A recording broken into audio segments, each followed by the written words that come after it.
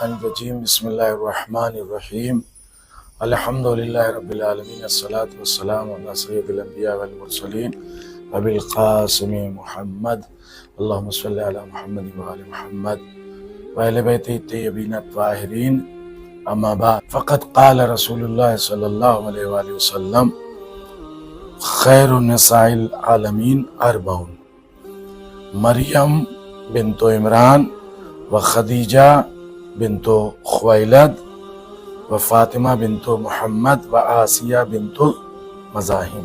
ناظرین کرام السلام علیکم ورحمۃ اللہ وبرکاتہ۔ آج کی تعزیت امام زمانہ خدمت میں پیش کرتا ہوں اور آپ سبھی حضرات مومنین کی خدمت میں، کیونکہ ایک مثالی ماں، ایک مثالی خاتون جناب خدیجۃ الکبریٰ سلام اللہ علیہا کی وفات کی تاریخ ہے۔ میں نے سرکار کی حدیث کو سرنامہ سخن قرار دیتے ہوئے جناب مادر حضرت زہرا خدیجہ کی عظمت اور فضیلت کو بیان کرنے کے لیے اس حدیث کو سرنامہ بنایا ہے۔ حضرت فرماتے ہیں کہ عالم کی تمام عورتوں میں سب سے بہتر 4 عورتیں ہیں، اس میں کوئی مستثنی نہیں ہے، پورے عالمین کی عورتوں میں 4 عورتیں۔ مریم بنت عمران 1، آسیہ بنت مزاحم زن فرعون 2، خدیجہ بنت خویلد 3، اور جناب فاطمہ بنت محمد سلام اللہ علیہا۔ اس حدیث کو دنیا کے سارے دیانتدار علماء اسلام اور محققین مذہب نے تسلیم کیا اور اپنی اپنی کتابوں میں اسے نقل کیا ہے۔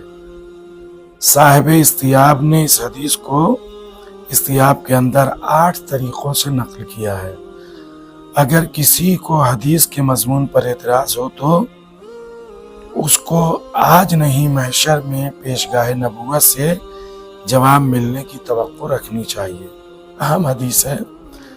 ان منتخب عورتوں میں شہزادی عرب حضرت خدیجہ طاہرہ کے نام کے ساتھ ان کی گود میں پلنے والی شہزادی نور فاطمہ زہرا کا بھی نام اس حدیث میں موجود ہے۔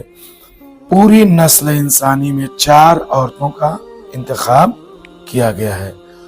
رسول کی نگاہ میں یہ منتخب عورتیں ان میں 2 ہی ایک گھر کی ہیں، ایک ہی گھر کی ہیں، ماں بیٹی، یعنی خدیجہ ماں اور فاطمہ بیٹی۔ اس لحاظ سے بھی خدیجہ طاہرہ کا نام اس انتخاب میں بے حد روشن ہے۔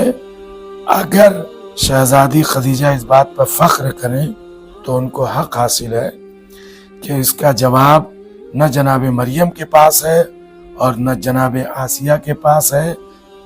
خدیجہ طاہرہ کے اس شرف کا جواب جب خود منتخب خواتین کے پاس نہیں ہے تو اب طبقہ اناس میں کون ہے جو فضل و شرف میں خدیجۃ الکبریٰ کی ہمسری کا دعویٰ کر سکے؟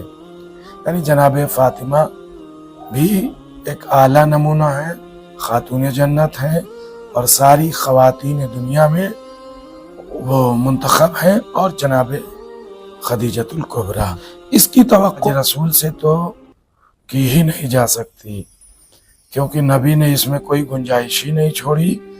آپ نے منتخب عورتوں میں جناب خدیجہ کا صرف نام لیا اور اس کے علاوہ کسی دوسری بیوی کا نام نہیں لیا۔ بزم ازواج میں کوئی دوسری بیوی بھی مثل خدیجہ ہوتی تو حضرت ضرور اس کا نام لیتے۔ ویسے دنیا کے لوگ جو ہے محبوبہ رسول ام المومنین حضرت عائشہ کو قرار دیتے ہیں۔ آپ دیکھیں اس حدیث میں رسول اللہ نے صرف خدیجہ کا نام اور جناب فاطمہ زہرا کا نام لیا ہے اور کسی کا نام نہیں لیا ہے۔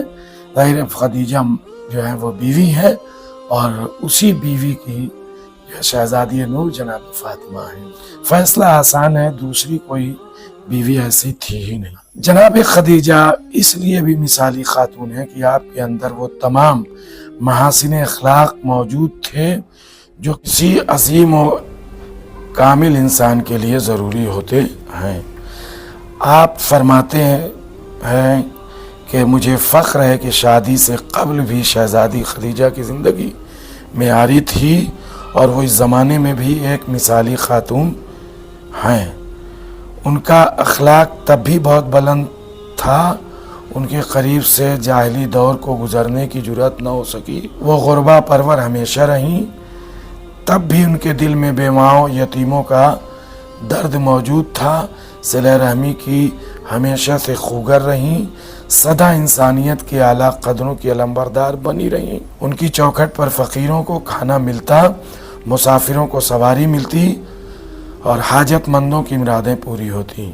شہزادی عرب کے کمالات و خصوصیات اور عمدہ عادات و اخلاق اتنے مشہور و معروف اور زباں زد خلائق ہوئے کہ پورا عرب یک زبان ہو کر جناب خدیجہ کو طاہرہ اور سیدہ قریش کے نام سے پکارنے لگا تھا۔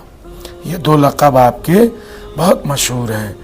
چنانچہ قال زبیر کانت تدعى فی الجاہلیت بالطاہرہ، زبیر کہتے ہیں کہ دور جاہلیت میں بھی خدیجۃ الکبریٰ طاہرہ کے معزز لقب سے پکاری جاتی تھی۔ اور یہ کتاب استیاب میں حدیث موجود ہے۔ استیاب بر حاشیہ صحابہ جلد 4 صفحہ 270-79۔ اس کے بعد علامہ حلی لکھتے ہیں کہ کانت تدعى فی الجاہلیت بالطاہرہ وکان یقال لها سیدۃ قریش، کہتے ہیں کہ شہزادی خدیجہ جاہلیت کے دور میں بھی طاہرہ لقب سے پکاری جاتی تھیں اور عوام و خواص انہیں سیدہ قریش کہا کرتے تھے۔ ظاہر ہے کہ ایک شیعہ عالم دین اور ایک اہل سنت کے عالم دین کی روایت کو پیش کرنے کے بعد اب اس بات کو میں ختم کرتا ہوں۔ ان کی وفات جو ہے سن 10 بعثت میں 10 رمضان کو ہوئی۔ عالم سوگوار ہے، رسول اسلام سارے بنی ہاشم اس وقت ظاہر ہے کہ سوگ میں ڈوب گئے، اس لیے کہ یہ عظیم خاتون تھی جنہوں نے اسلام کے لیے سب کچھ قربان کیا اور ساتھ ساتھ اپنی پوری دولت بھی قربان کی۔ انا للہ و انا الیہ راجعون۔